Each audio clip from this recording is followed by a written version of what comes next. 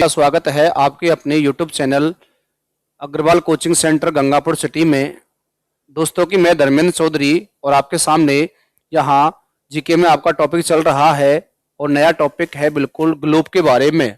और आपका टॉपिक चल रहा था भारत का भूगोल। टॉपिक का नाम क्या था बंधुओं? भारत का भूगोल। और भारत के भूगोल में जो आपका टॉपिक रहेगा वो रहेगा आज ग्लोब के बारे में। किसके बारे में? ग्लोब के बारे में। और ग्लोब के बारे में आज हम चर्चा करेंगे कि जो ग्लोब होता है, क्या होता है बंधुओं? ग्लोब होता है, उसकी आकृति कैसी होती है और उसका निर्माण किसने किया था, ठीक है। और उस पर खींची जाने वाली रेखाएं कौन कौन सी होती हैं। तो उमिंदर जी राम राम भाई साहब और अरुण गौतम जी राधे राधे। और इस क्लास को आप अधिक से अधिक शेयर करें, ठीक है। तो अपना स्टार्ट करते हैं मैटर आज का। टॉपिक का नाम होने वाला है अक्षांश और देशांतर अर्थात ग्लोब। सीखेंगे यहां सबसे पहले ग्लोब के बारे में। किसके बारे में बंधुओं? ग्लोब के बारे में सीखो। टॉपिक का नाम है ग्लोब। टॉपिक का नाम क्या है बंधुओं? ग्लोब है। सबसे पहले यहां हम पढ़ेंगे ये कि ग्लोब का निर्माण किसने किया था। तो ग्लोब का जो निर्माण किया था वो करने वाला व्यक्ति होता है मार्टिन बेहेम। मार्टिन बेहेम। ग्लोब बनाया किसने था बंधुओं? मार्टिन बेहेम ने बनाया। किसने बनाया? मार्टिन बेहेम ने बनाया। और ग्लोब की आकृति कैसी होती है? ग्लोब की जो आकृति होती है वो होती है एप्पल के समान। किसके समान होती है? एप्पल। और एप्पल का मतलब क्या होता है? सेब। सेब के समान आकृति है ग्लोब की, ठीक है। और ग्लोब पर दो प्रकार की काल्पनिक रेखा खींची जाती है। ग्लोब पर दो प्रकार की काल्पनिक रेखा खींची जाती हैं, जिनमें सबसे पहला नाम होता है अक्षांश। पहला नाम क्या होता है बंधुओं? अक्षांश। और दूसरा नाम होता है देशांतर। तो अक्षांश और देशांतर, यहां दो प्रकार की काल्पनिक रेखाएं खींची जाती हैं। तो हम क्या पढ़ रहे हैं? ग्लोब के बारे में पढ़ रहे हैं। ग्लोब का निर्माण किसने किया था? मार्टिन बेहेम। और मार्टिन बेहेम निवासी होता है जर्मनी का। कहां का होता है बंधुओं? जर्मनी का निवासी। इसकी आकृति एप्पल या सेब के समान होती है। और उसके बाद देखते हैं इस पर दो प्रकार की काल्पनिक रेखाएं खींची जाती हैं। पहली का नाम होता है अक्षांश और दूसरी का नाम होता है देशांतर। अब उसके बाद हम ग्लोब की रचना करेंगे। इसकी बंधुओं ग्लोब की यहां रचना करते हैं। इसकी भाई ग्लोब की रचना तो सीखेंगे, थोड़ा देखेंगे। अब बनाएंगे यहां ग्लोब। क्या बनाएंगे बंधुओं? ग्लोब बनाएंगे, समझो।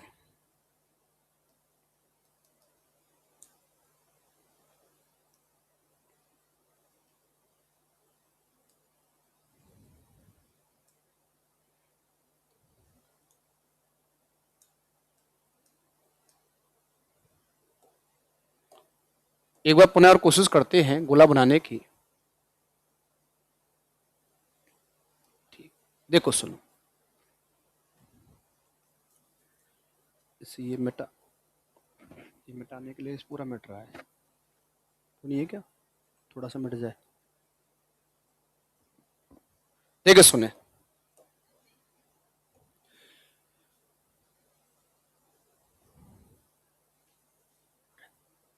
ये अपना गोला बन गया, ठीक है। तो उदय सिंह जी राम राम भाई साहब, राजस्थानी सॉन्ग राम राम, प्रवीण तोगड़िया जी राम राम, ठीक है। देखिए सुने, इस क्लास को आप शेयर कर दें। देखिए सुने, अब क्या हुआ, हमने एक गोला बना लिया और इसको हमने नाम दिया है ग्लोब।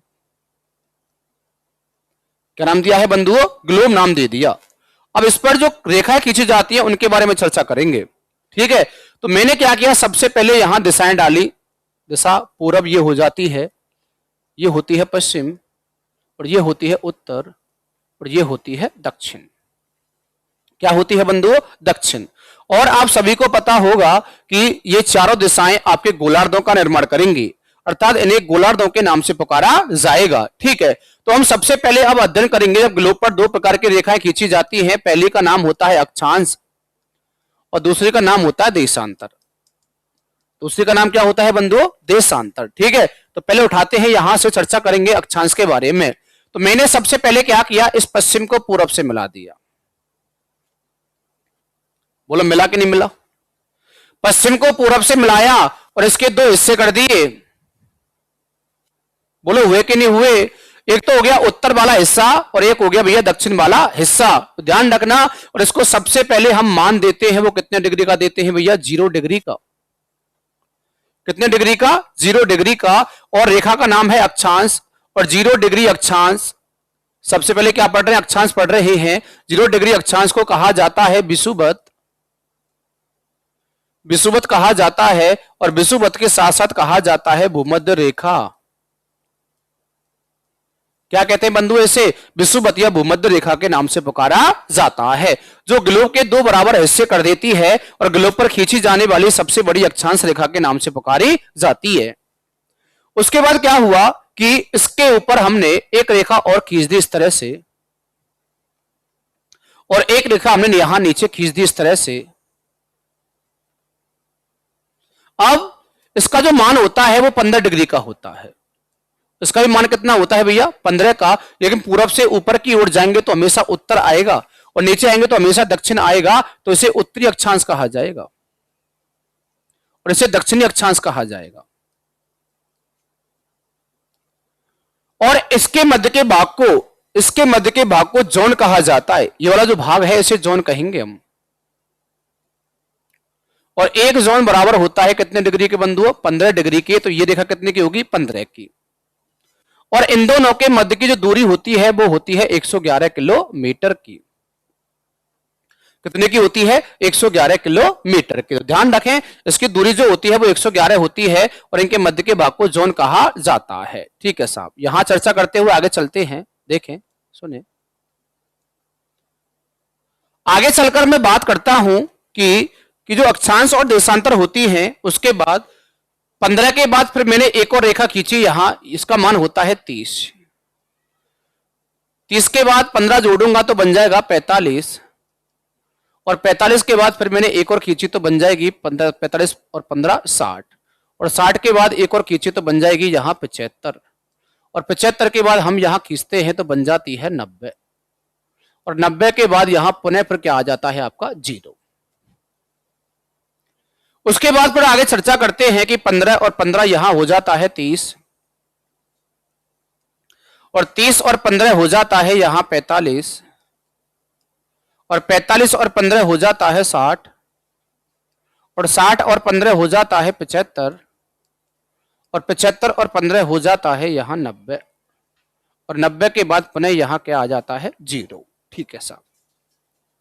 तो ये जो बातें होती हैं आपकी वो अक्षांश लोक को लेकर होती हैं, और इसे हम कहते हैं उत्तरी अक्षांश, इसे भी कहते हैं हम उत्तरी अक्षांश, इसे भी कहते हैं हम उत्तरी अक्षांश, इसे भी कहते हैं उत्तरी अक्षांश, इसे भी कहते हैं उत्तरी अक्षांश।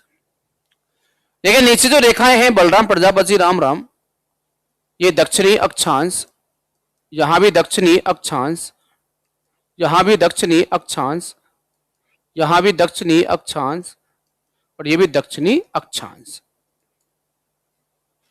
लेकिन बाद में हमने क्या किया कि इनके मध्य में हमने एक रेखा और खींची। 15 और 30 के मध्य में ये काल्पनिक रेखाएं होती हैं, ना तो इन्हें छुआ जा सकता है और ना ही इनके ऊपर चला जा सकता है। अर्थात जिन्हें छुआ ना जा सके, जिनके ऊपर चला ना जा सके, उन्हें काल्पनिक कहा जाता है, और जिन्हें छुआ जाता है उन्हें वास्तविक के नाम से पुकारा जाता है। तो इनके मध्य में जो मान होता है वो होता है 23.5 डिग्री का, और 15 और 30 के मध्य में भी यहां जो मान होता है वो कितने का होता है? 23.5 डिग्री का होता है।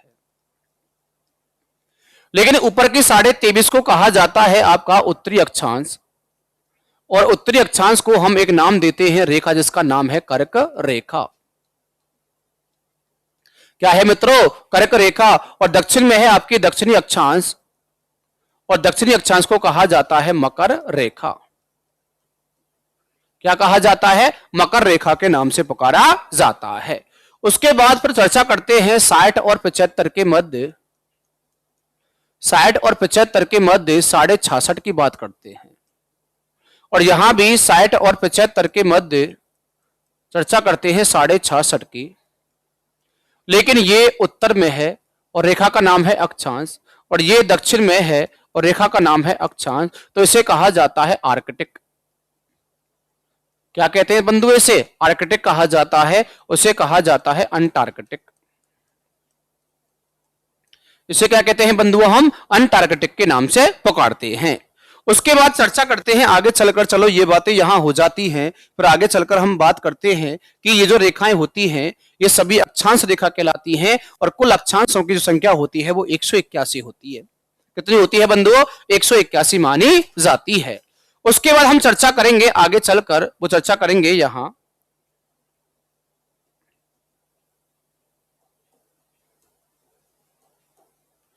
उसके बाद चर्चा करते हैं हम यहां आगे चलकर, वो चर्चा करेंगे अब देशांतर के बारे में। अर्थात पश्चिम से पूरब की ओर खींची गई रेखाओं को अक्षांश कहा जाता है और उत्तर से दक्षिण की ओर खींची गई रेखाओं को यहां देशांतर के नाम से पुकारा जाता है। ये वाला। अब मैंने क्या किया, सबसे पहले एक गोला बनाया था, उस गोले के दो हिस्से किए जीरो डालकर, और मैंने यहां जीरो फिर डाला है तो इसके चार हिस्से हो गए। अर्थात 90 तो इसमें आ जाएगा और 90 इसमें आ जाएगा और 90 इसमें आ जाएगा और 90 इसमें आ जाएगा और 90 90 हो जाते हैं 180 और 90 90 हो जाते हैं 180। यदि जोड़ोगे तो हो जाते हैं टोटल कितने? 360। तो कुल देशांतरों की संख्या होती है अपनी कितनी होती है बंधुओं? 360 के रूप में देखी जाती है। कितने के मित्रों? 360 के रूप में देखी जाती है। ठीक है, आगे चर्चा करते हैं हम यहां। चलो ठीक है, ये जो आपका देशांतर है इसे भाई मान देते हैं 0 डिग्री का, और 0 डिग्री देशांतर को कहा जाता है, 0 डिग्री देशांतर को कहा जाता है ग्रीनविच रेखा। कौन से कहा जाता है बंधुओं? ग्रीनविच रेखा के नाम से पुकारा जाता है। उसके बाद पहले हमने क्या किया कि इस तरह से अक्षांश खींचे और इन अक्षांशों के मध्य के भाग को जोन कहा गया था और एक जोन बराबर होता है 15 डिग्री के। तो हम यहां इस तरह से देशांतर खींचेंगे भाई। अब क्या खींचेंगे? देशांतर, और दो देशांतरों के मध्य के भाग को गोरे कहा जाता है और एक गोरे बराबर होता है 15 डिग्री के। और बात करते हैं कि एक गोरे अर्थात एक देशांतर को पार करने में समय लगता है 4 मिनट का, और एक देशांतर बराबर होता है 60 मिनट के। कितने के बंधुओं? 60 मिनट के। और इनके मध्य की दूरी जो होती है वो होती है 111.4 किलोमीटर। उसके बाद चर्चा करते हैं कि चलो ठीक है, इसके बाद यहां ये बातें हो जाती हैं आगे चलकर। 0 के बाद ये जो रेखा खींची जाएगी ये 15 होगी। ये कितना डिग्री होगा बंधुओं? 15 डिग्री। और 15 15 होंगे अपने 30, और 30 15 होते हैं अपने 45, और 45 और 15 होते हैं अपने 60, और 60 और 15 होते हैं 75, और 90 हमने यहां पहले ही खींचा हुआ है। इसी तरह यहां 0 के बाद 15, और 15 के बाद यहां 30, और 30 के बाद यहां 45, और 45 के बाद यहां 60, और 60 के बाद यहां 75, और 90 पहले खींचा हुआ है। जब इस तरह से हमने यहां आकार बनाया, इसका चित्र बनाया, जब हमने यहां इस तरह से इसका चित्र बनाया तो इसमें हमने क्या किया कि ये जो रेखा है मध्य की रेखा, इसको इस तरह से यहां जाकर हम मिला देंगे। जब इस रेखा को हम यहां जाकर मिला देंगे तो बन जाएगा, क्या बन जाएगा बंधुओं? ग्लोब। क्या बन जाएगा? ये ग्लोब बन जाएगा। और ग्लोब का जो निर्माण किया था वो किया था मार्टिन वेहेम ने। किसने बंधुओं? मार्टिन वेहेम ने। और मार्टिन वेहेम निवासी होता है, कहां का होता है? जर्मनी का। कहां का होता है? जर्मनी का निवासी होता है मार्टिन वेहेम। तो आपके सामने, और इसकी जो आकृति है वो एप्पल के समान है। किसके समान है बंधुओं? एप्पल के समान है, ध्यान रखना। तो आपके सामने यहां, हाँ जी, ये मंतूराम मीणा जी, राम राम भाई साहब। तो आपके सामने यहां जो बना हुआ है वो ग्लोब बना हुआ है। हमने यहां ग्लोब का निर्माण किया है। तो ग्लोब पर हमें आगे पढ़ने के लिए टॉपिक बन गए हैं आर्कटिक रेखा, कर्क रेखा, उसके बाद विषुवत या भूमध्य रेखा, मकर रेखा, अंटार्कटिक रेखा और ग्रीनविच रेखा। लेकिन दो क्वेश्चन और सुनते हैं कि जो अक्षांश रेखाएं होती हैं उनसे हमेशा ताप परिवर्तित होता है और देशांतर रेखाओं से हमेशा समय परिवर्तित होता है।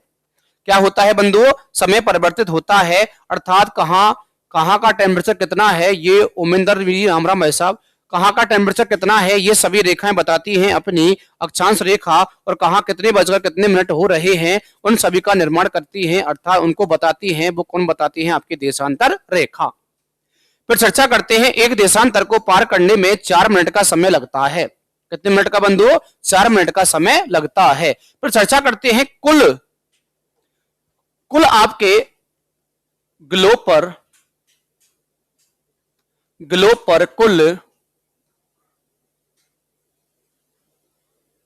पर कुल अक्षांश एवं देशांतर रेखाएं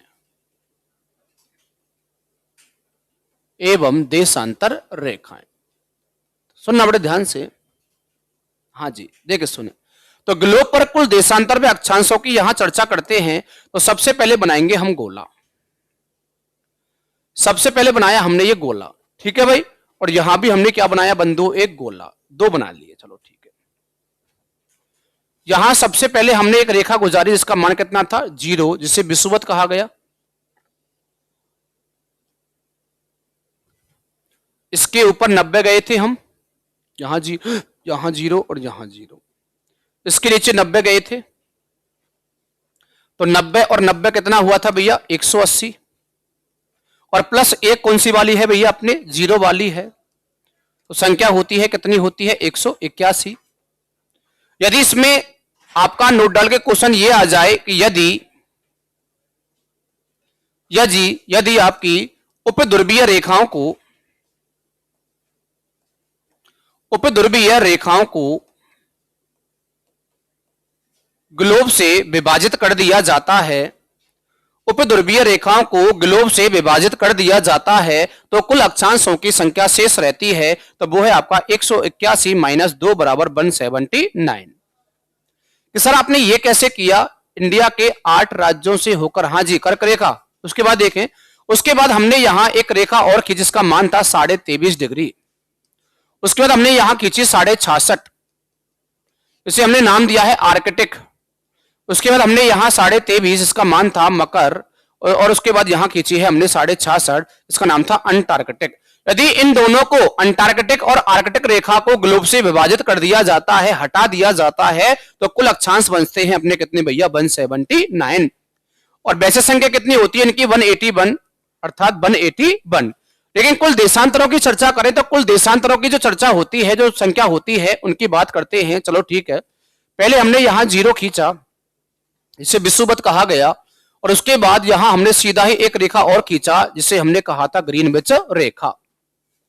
उसके बाद ये जो होती है अपनी, ये विषुवत को होती है, और ये होती है अपनी ग्रीनविच। अब 90 तो इसमें होंगे अपने, और 90 ही इसमें होंगे, और 90 ही इसमें होंगे, और 90 ही इसमें होंगे। तो 90 और 90 का मान हो जाता है 180, और 90 और 90 का मान हो जाता है 180, और दोनों को जोड़ा जाए तो 180 + 180 बराबर 360। और 360 संख्या होती है हमेशा किसकी होती है? कुल देशांतरों की। तो कुल अक्षांश रेखाओं की संख्या है आपकी 181। यदि इनसे उपध्रुवीय रेखाओं को हटा दिया जाता है, उपध्रुवीय रेखाओं को हटा दिया जाता है, तो संख्या बचती है 179, 179। और कुल देशांतरों की संख्या होती है 360। कितनी होती है मित्रों? 360। और एक देशांतर को पार करने में समय लगता है 4 मिनट का। कितने मिनट का? 4 मिनट का, ठीक है। उसके बाद यहां चर्चा करते हैं एक एक बिंदु को उठाकर। तो सबसे पहले हम पढ़ने वाले हैं यहां अक्षांश के बारे में। कैसी रेखा बंधुओं? अक्षांश रेखा के बारे में पढ़ने वाले हैं। जो अपना टॉपिक रहेगा वो अक्षांश को लेकर रहेगा। तो पहले यहां श्रृंखलाबद्ध क्वेश्चनों की बात करेंगे हम सबसे पहले कि अक्षांश रेखा किसे कहते हैं। परिभाषा बनाओ, डेफिनेशन। तो पश्चिम से पूर्व आपके देशांतर, और उत्तर से दक्षिण आपके अक्षांश, ये तो है।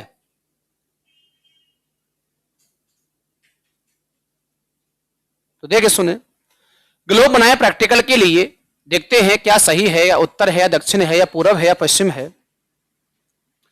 ये जो आपका पश्चिम है और ये जो आपका पूरब है, पश्चिम से पूरब की ओर खींची गई रेखाओं को, पश्चिम से पूरब की ओर खींची गई रेखाओं को कहा जाता है, क्या कहा जाता है मित्रों? क्या कहा जाता है मित्रों? आपकी अक्षांश के नाम से पुकारा जाता है। ध्यान रखना, पश्चिम से पूरब की ओर खींची गई रेखा को क्या कहा जाता है? अक्षांश कहा जाता है। पश्चिम से पूरब की ओर खींची गई रेखाएं क्या कहलाती हैं? अक्षांश रेखा कहलाती हैं। हाँ जी, लेखराज भैरवा जी, पश्चिम से पूरब की ओर 2933। हाँ जी, उसके बाद चर्चा करते हैं, अक्षांशों से हमेशा परिवर्तित होता है, इनसे हमेशा ताप परिवर्तित होता है। क्या होता है मित्रों? ताप परिवर्तित होता है। उसके बाद कुल अक्षांशों की संख्या, कुल जो संख्या देखने को मिलती है ग्लोब के ऊपर, वो देखने को मिलती है 181। कितनी होती है? 181। और दो अक्षांशों के मध्य का भाग, दो अक्षांशों का जो मध्य का भाग होता है, मध्य वाला जो भाग होता है, उसे कहा जाता है जोन। क्या कहा जाता है बंधुओं? जोन। इसकी दूरी होती है 111 किलोमीटर। कितना होती है? 111 किलोमीटर। उसके बाद हमने क्या पढ़ा है कि हमने सबसे पहले पढ़ा है कर्क रेखा को। किसे पढ़ा है बंधुओं? कर्क रेखा को। और आप सबको पता होगा कर्क किसे कहा जाता है कि 23.5 डिग्री उत्तरी अक्षांश, 23.5 डिग्री उत्तरी अक्षांश को कहा जाता है, क्या कहा जाता है? कर्क रेखा। अब कर्क रेखा की थोड़ी सी चर्चा करते हैं आपके सामने कि जो कर्क रेखा है कौन सी है मित्रों? जो कर्क रेखा है उसकी चर्चा करते हैं, लिस्ट बनाते हैं। देखो सुनो, कर्क रेखा की बात करें तो 23.5 डिग्री उत्तरी अक्षांश, 23.5 डिग्री उत्तरी अक्षांश रेखा को जो काल्पनिक है उसे कहा जाता है कर्क रेखा। उसके बाद चर्चा करते हैं कि यह भारत में प्रवेश करती है। कर्क रेखा भारत में प्रवेश करती है कितने राज्यों से बंधुओं? 8 राज्यों से। कितनों से भैया? 8 राज्यों से। लेकिन प्रवेश का क्वेश्चन आ रहा है तो ये प्रवेश करती है गुजरात से। प्रवेश कहां से करती है? गुजरात से करती है। लेकिन गुजरती है, कर्क रेखा गुजरती है टोटल कितने राज्यों से? 8 राज्यों से। उसके बाद 8 राज्यों की चर्चा करते हैं। सबसे पहला राज्य होता है वो कौन सा होता है? गुजरात। और दूसरा होता है राजस्थान, तीसरा होता है मध्य प्रदेश, चौथा होता है छत्तीसगढ़। कौन सा होता है मित्रों? छत्तीसगढ़। पांचवा होता है झारखंड, छठवां होता है पश्चिम बंगाल, सातवां होता है त्रिपुरा और आठवां होता है मिजोरम। कौन सा होता है मित्रों? मिजोरम। एक क्वेश्चन और बनता है, हाँ, उसके बाद एक क्वेश्चन और बनता है कि कर्क रेखा के सबसे निकट बसा शहर, सबसे निकट बसा शहर है अगरतला, और अगरतला राजधानी है त्रिपुरा। और त्रिपुरा ऐसा राज्य है जो बांग्लादेश से तीनों ओर से घिरा हुआ है। त्रिपुरा भारत का ऐसा राज्य है जो बांग्लादेश से तीनों ओर से घिरा हुआ है। तो ये चर्चा होती है किसके बारे में होती है मित्रों? कर्क रेखा के बारे में। किसके बारे में होती है? कर्क रेखा के बारे में। तो आज हमने क्या पढ़ा है? थोड़ा सा ग्लोब के बारे में चर्चा कर रहे थे और आज का अपना टॉपिक भी ग्लोब था। टॉपिक भी क्या था भैया? ग्लोब था। तो ग्लोब के बारे में पढ़ते हैं, एक बार रिवीजन देखते हैं कि ग्लोब क्या है और ग्लोब के बारे में कैसे चर्चा की है। तो ग्लोब का निर्माण किया था मार्टिन बेहेम, कहां का निवासी होता है? जर्मनी।